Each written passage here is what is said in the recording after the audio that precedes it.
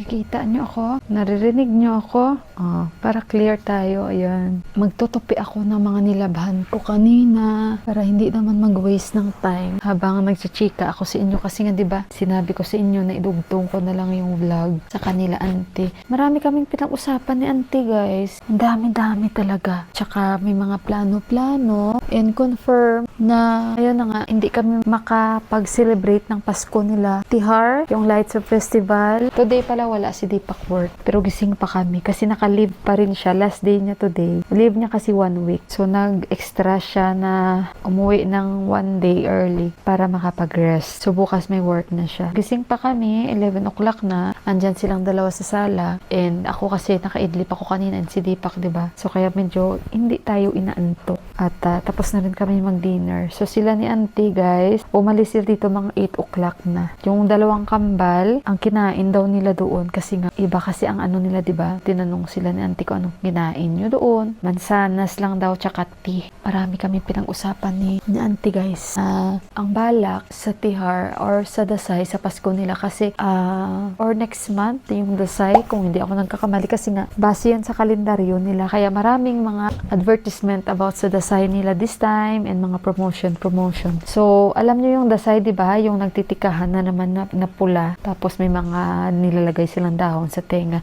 Nakikita nyo na yun sa vlog ko. Pero this year, wala kaming celebration ng ganun. At saka yung Lights of Festival, wala kami. Alam nyo naman, pag may patay at depende sa kanilang pare. So, ayun, sabi ng pare, wala daw kami Pasko this year. At saka yung pailaw. Ngayon guys, nagbabalak sila na sa Pasko, mag-family tour kami. Binabalak pa lang kasi parang 1 night lang matutulog kami sa hotel. Punta kami, I think, nagpa-plan sila like Nagarkot. Or hindi ko alam kasi may sinuggest din si Deepak. Pero nagpa-plano pa lang naman. And magre-rent lang kami na parang van na sasakyan namin. So, kaming lahat. Sila naman Indira kasi nga kinausap ko rin. Hindi sila sure kasi uuwi sila sa kanilang village dahil nga alam nyo naman bago yung bahay nila. So talagang nakaplano sila na mag-celebrate sila ng Dasay doon. So doon daw sila. Hindi ko alam yun ang sabi nila at mag-celebrate daw sila ng Dasay doon. Hindi ko alam kasi hindi ko rin maintindihan yung kanilang mga paniniwala. Pero hindi nga kasama din naman sila pero ewan ko yun kasi nakaplano na sila siguro. So hindi natin alam. At gulo guys, parang nalilito ako. Nakakalito kasi. So kaya ayun, may hindi pwedeng mag-celebrate. Tapos dito sa kabila, nagsi-celebrate yung ganun. So ayun na nga guys, nagpaplano sila. Papasko kami. Ibang klaseng pagpasko this time, yung walang tikahan para mag-family tour kami ba. And isasama din namin yan yung pinsan ni Deepak na namatayan ngayon ng asawa. Okay lang naman ang ganyan guys. Ang kanila lang naman, walang lagayan ng tika. So ayun guys, after niya, nag-usap kami ni auntie patungkol naman sa kanilang pare, yung pinsan ni Deepak. Diba namatay na yung asawa niya? So, kailangan niyang magbigay ng baka sa pare at mga kama, mga mattress, lahat. Kailangan niya magbigay yung ginagamit na normal. Parang offering niya yan guys. Wala pa yung bayad guys ha. Kaya pala nung namatay yung bunsong kapatid ni Buwa, habang nagdadasal sila, parang nagpupudya sila sa bahay nila dun sa village. Yung baka nandoon din. Binigay nila ni auntie yun sa pare din. So nagtanong ako kay auntie, bakit ganun? Na namatayan na nga tapos sila pa yung magbibigay kasi ganun daw yun. Natawa si auntie talaga ba? Kasi sa reaction ko kasi hindi ako talaga makapaniwala na akala ko nangyayari lang yan pag katulad yan, diba, sa kanila ni Johan marami silang may ibinigay din doon. Tapos, pati pa pala sa may namatayan, kailangan magbigay. Tapos, aside from that, yung yung padasal pa nila everyday, naka-rate daw yun, depende daw yun. Kasi nga, everyday yung pare pupunta, diba? So, may rate daw yun ang pare. Dito daw, sabi ni auntie, ito daw, parang magto-total cost daw na ibabayad is nasa 50k. 50k Nepali rupees ang bayad. Sabi niya, ang mahala, hindi basta-basta kasi may rate ang mga pare.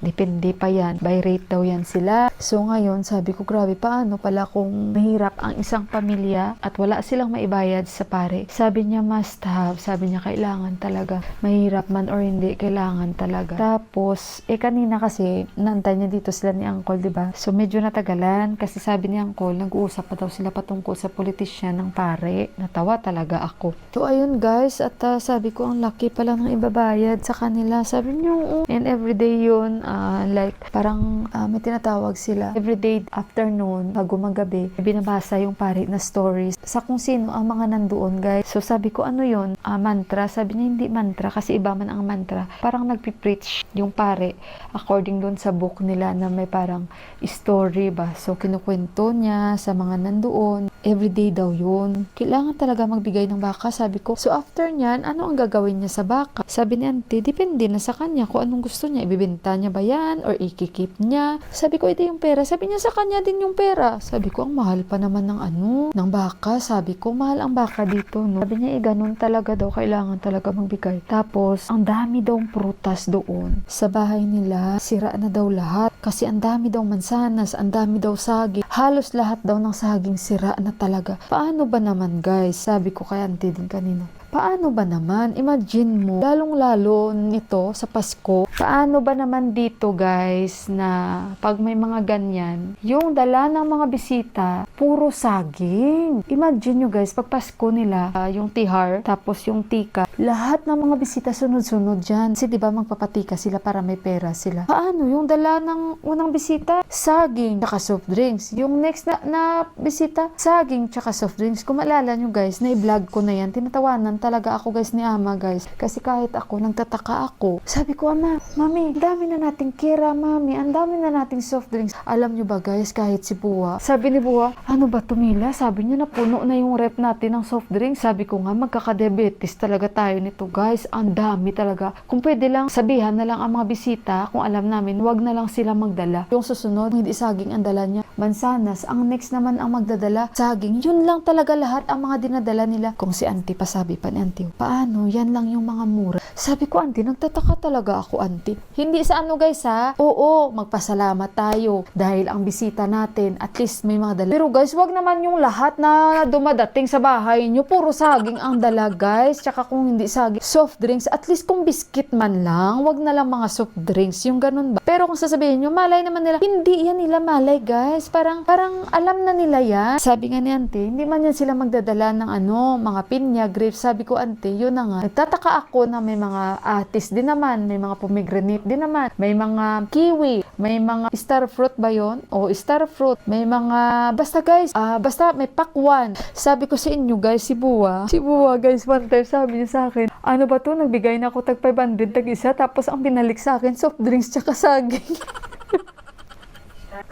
Ay, amot guys, ang buang talaga. Kaya pagdating ng mga ganito, like Pasko nila, tsaka Lights of Festival, guys, sabi ko nga, sino sanang pupunta sa bahay, kahit wala na silang mga dala, okay na. Noong nandito si Ama, di ba nandito si Ama last year, tama ako. Guys, sabihin ko sa inyo, bigla na wala yung mga prutas, mga saging, kasi ang ginagawa ni Ama, kung saan din siya bibisita, like sa mga relatives na iba sa side niya, pinamimigay niya rin doon, binabalot niya, o di kaya ipapadala niya sa village, guys, sa kanyang mga kapatid.